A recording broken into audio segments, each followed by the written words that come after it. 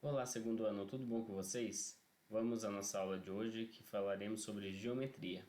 Vamos falar sobre o nosso último capítulo, que são polígonos, tudo bem? Então vamos lá. Polígonos. Vamos começar definindo o que é um polígono, né? Um polígono, pessoal, eles são, na verdade, uma figura plana fechada formada apenas por segmentos de reta que não se cruzam. Aqui a gente tem alguns exemplos. O contorno e sua região interna formam uma superfície ou região poligonal. Então, essa região aqui é a região poligonal, né? E que polígono é esse, por exemplo? Aqui eu tenho 1, 2, 3, 4, 5, 6. Então, eu tenho um hexágono. Ele não é não regular. Aqui, nesse caso, eu tenho um pentágono regular. Aqui eu tenho um quadrado. Aqui eu tenho um quadrilátero. Aqui eu tenho 1, 2, 3, 4, 5, 6. 1, 2, 3, 4, 5, 6. Um outro hexágono aqui. Também não regular. Mas todos eles são polígonos. A palavra polígono vem do grego. Poli, muitos, e gono são ângulos. Então são muitos ângulos, figuras de muitos ângulos. Mas a definição de polígono, ela fala que tem que ser uma figura plana fechada. Então não adianta, eu não posso ter figuras não fechadas, né? Figuras que são abertas, isto é, essa aqui não é um polígono. Mesmo que fossem retas, isso aqui não é um polígono, porque não está fechado. Aqui seria um polígono se isso aqui tudo fosse retas, né? Vamos dar uma forçadinha na imaginação e vamos imaginar que isso aqui são retas, né? Bom, mas também não são polígonos as figuras que têm curvas em seu contorno, ou seja, isso aqui não é um polígono, porque eu tenho uma reta, mas eu tenho uma curva. Para ser polígono, tem que ser apenas retas, tudo bem? Vamos continuar então. Polígonos convexos e não convexos. Quando eu tenho um polígono que é convexo, eu digo que um polígono é convexo se toda vez que eu pegar dois pontos dentro dele e traçar um segmento de reta, esse segmento de reta está inteiro dentro do polígono. Então aqui e aqui, por exemplo, esses dois pontos, polígono, o segmento de reta está dentro do polígono. Agora, os polígonos não convexos, também algumas vezes chamados de côncavos, tá? São polígonos que nem sempre eu consigo fazer isso. Por exemplo, aqui eu consigo pegar esse ponto e esse ponto e traçar uma reta dentro dele. Mas aqui na ponta eu não consigo. Se eu pegar um ponto aqui e um ponto aqui, que são pontos internos ao polígono, e traçar um segmento de reta entre eles, o segmento de reta não está inteiro dentro dele. Então, isso aqui, quando eu tenho o segmento de reta inteiro dentro, é o polígono que é convexo, e quando eu não tenho, é o polígono não convexo. A partir de agora, pessoal, toda vez que a gente falar sobre polígonos, estamos falando de polígonos convexos. Quando eu for falar sobre algum polígono que é não convexo, eu tenho que deixar bem claro. Olhe para o polígono não convexo. Tudo bem? Então, olha só. Dando continuidade à nossa apostila, temos o que são polígonos regulares. Um polígono ele é regular se ele tiver todos os lados de mesmo tamanho e, além disso, todos os ângulos de mesmo valor. Então não adianta ter todos os lados de mesmo tamanho, precisa ter todos os lados e também todos os ângulos. Tudo bem? Então, aqui eu tenho um exemplo de um triângulo equilátero e de um quadrado, né? Mas eu posso ter, por exemplo, um pentágono regular, um hexágono regular e assim sucessivamente. Tudo bem? Só uma coisinha. Existe algum polígono com menos de 3 lados? Não, não existe nenhum polígono com menos de 3 lados, porque com 2 lados eu não consigo fechar. Tudo bem? Então isso aqui não forma um polígono, tá certo?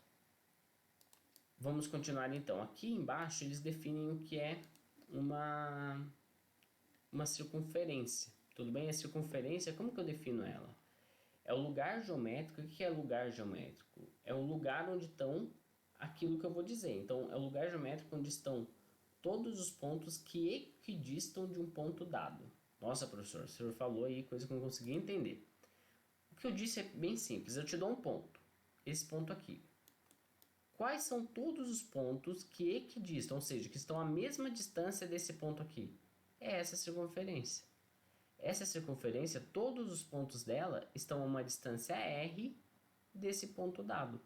Essa distância R é chamada de raio da circunferência. Tudo bem? Vamos dar continuidade. Aqui ele vai falar sobre o ângulo interno dos polígonos regulares. Então, se eu tenho um polígono regular, eu consigo encontrar o ângulo central dele de um jeito muito simples. Eu pego aqui esse polígono, aqui, esse triângulo equilátero, né? Ele dividiu essa circunferência, que é a circunferência circunscrita, a circunferência que está por fora dele, em 3 partes. Então, eu tenho 360 dividido por 3, ou seja, 120. Esse aqui, esse pentágono regular, ele tem essa circunferência que circunscreveu esse pentágono, dividido em 5 partes. De modo que os 360 dividido por 5 me dá 72.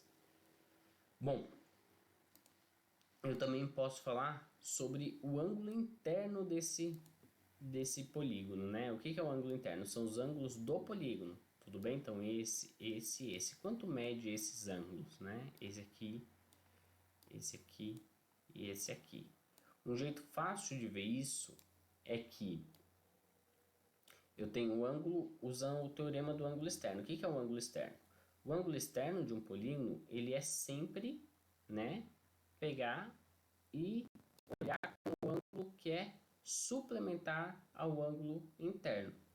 Então, se eu tenho um polígono, um triângulo equilátero, o ângulo externo aqui vale 120, porque 180 menos 60 me dá 120. No caso de um pentágono, qual que é o ângulo externo? O ângulo externo é 72. E o ângulo externo sempre é igual ao ângulo central. Tudo bem? Interessante isso, né? Bom, por que isso é interessante? Porque a partir disso eu consigo encontrar uma fórmula de qual é o ângulo interno de um polígono qualquer. Então, um polígono de n lados, ele tem ângulo interno 180 menos 360 dividido por n. Então, esse aqui é o ângulo interno de um polígono de n lados. Ah, eu quero saber qual que é o ângulo interno do polígono de 20 lados. Então, o ângulo interno será 180 menos 360 dividido por 20. Tudo bem? Bom, aqui tem já alguns exercicinhos para vocês fazerem, mas vamos continuar sobre relações métricas em polígonos regulares. Polígonos que são regulares, eles são fáceis de estudar porque tem algumas relações que acontecem. Tudo bem? O triângulo equilátero, por exemplo. Eu pego um triângulo equilátero. Uma medida muito importante para a gente será a apótema. O que é uma apótema? Aqui a apostila define como a distância do centro da circunferência circunscrita até o ponto médio de seu lado. Eu gosto de definir a apótema como o raio da circunferência inscrita. O que é uma circunferência inscrita àquela figura? Eu tenho a figura. A circunscrita é que vem por fora da figura, certo? A inscrita é que está por dentro da figura. Então, a circunferência inscrita é essa circunferência aqui, que toca os pontos médios da figura. E o que é o apótema? É o raio dessa circunferência. Bom, olha só. Aqui num triângulo equilátero, o apótema ele está aqui. E o outro lado é o raio da circunferência. Então, a altura do triângulo é a mesma coisa do que a altura do triângulo é a mesma coisa que o raio mais o apótema. Então, essa já é uma relação métrica. A altura é igual ao raio mais a apótema. Mostre que os triângulos CPO e BPC são semelhantes. Então, veja bem, pessoal.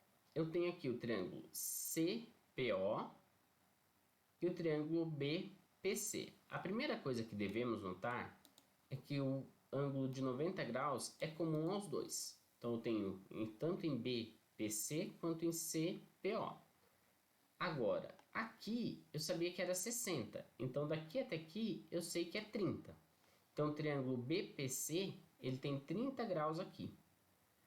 E ele tem 60 graus aqui, porque é o ângulo interno do triângulo equilátero. Tudo bem?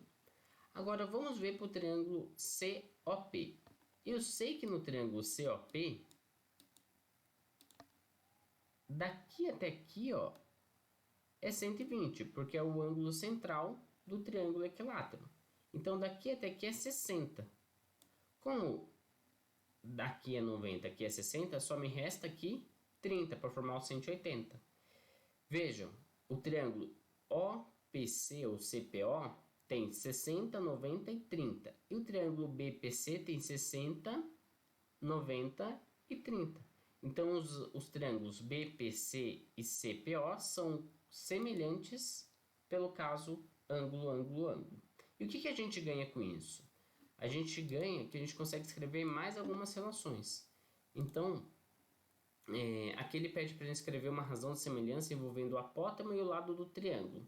Então, vamos olhar aqui para o triângulo e ver o que a gente consegue enxergar. Bom, o apótema dividido pelo raio é esse cateto entre o ângulo de 60 e o 90, dividido pelo raio que é a hipotenusa. Então, agora BPC, certo? BPC, eu tenho que o cateto entre ângulo de 90 e de 60 é L3 sobre 2, porque aqui, né, esse lado aqui é L3 sobre 2. Por quê? Porque daqui até aqui é L3, então daqui até aqui é L3 sobre 2. E eu peguei o cateto entre o ângulo de 90 e 60 sobre a hipotenusa. Então aqui o cateto entre 90 e 60 e a hipotenusa. A hipotenusa é L3 mesmo. Então a gente consegue escrever essa seguinte relação. Apótema sobre raio é igual a L3 sobre 2 sobre L3. De modo que o apótema será R sobre 2. Ou seja, num triângulo equilátero, o apótema sempre é o raio sobre 2. Aí, de novo, a apostila aplica o teorema de Pitágoras e encontra mais uma relação. Ela encontra a relação L3 é igual a R raiz de 3. L3 é igual a R raiz de 3, ou seja, eu relaciono o lado do triângulo com o raio da circunferência circunscrita a ele. Tudo bem? Bom,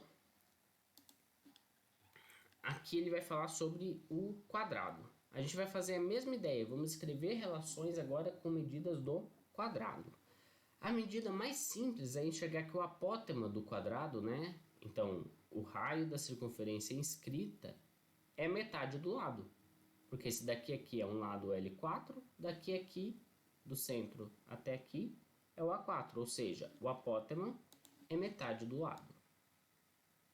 Essa é a primeira relação. Agora vamos ver outras relações. Aqui ele escreve, né, usando a relação de Pitágoras para o triângulo OMC. Vamos olhar para que triângulo é o OMC. OMC é esse aqui, OMC. Aqui eu tenho L4 sobre 2, A4 e R. Então, L4 sobre 2 ao quadrado mais A4 ao quadrado é igual a R ao quadrado. De modo que eu consigo escrever essa relação aqui. Acompanhe os cálculos aqui, né? Então, eu tenho que A4, ou seja, o apótema, é a raiz, R raiz de 2 sobre 2. Bom,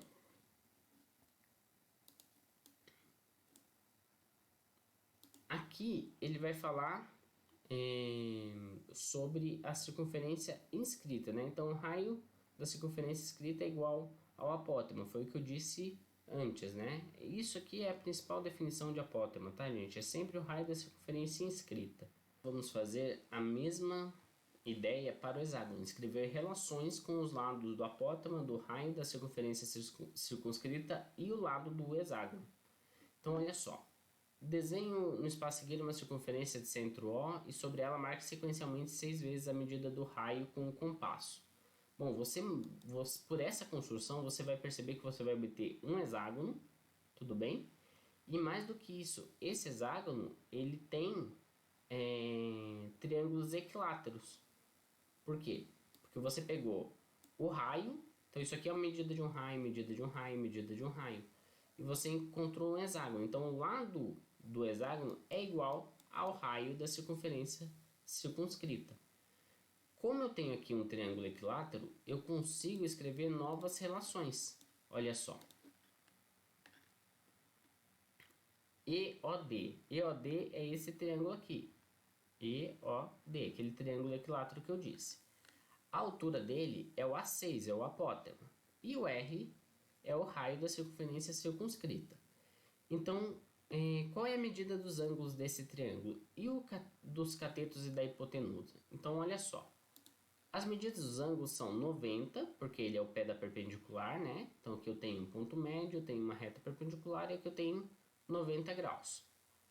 Aqui eu tenho 60 graus porque é o ângulo interno de um triângulo. Logo, para somar 180, daqui até aqui tem que ser 30 graus.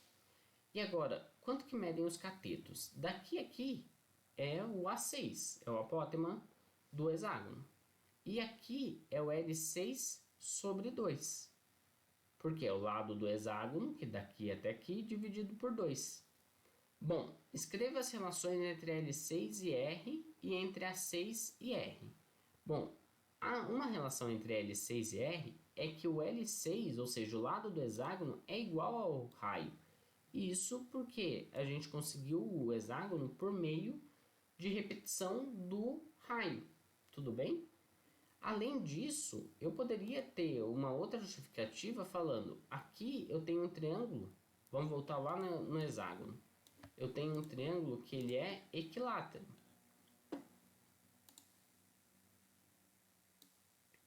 Logo, se aqui é raio, obviamente o lado também tem que ser o valor de um raio. Tudo bem? Agora, eu tenho uma outra relação que eu tenho que escrever, é a relação entre o apótema e o raio. Eu escrevo essa relação por meio do teorema de Pitágoras.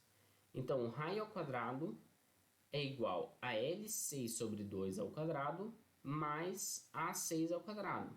Só que L6 sobre 2 é o raio sobre 2. Então, raio ao quadrado é igual a raio sobre 2 ao quadrado mais A6 ao quadrado. Eu quero o A6, então eu vou isolar ele.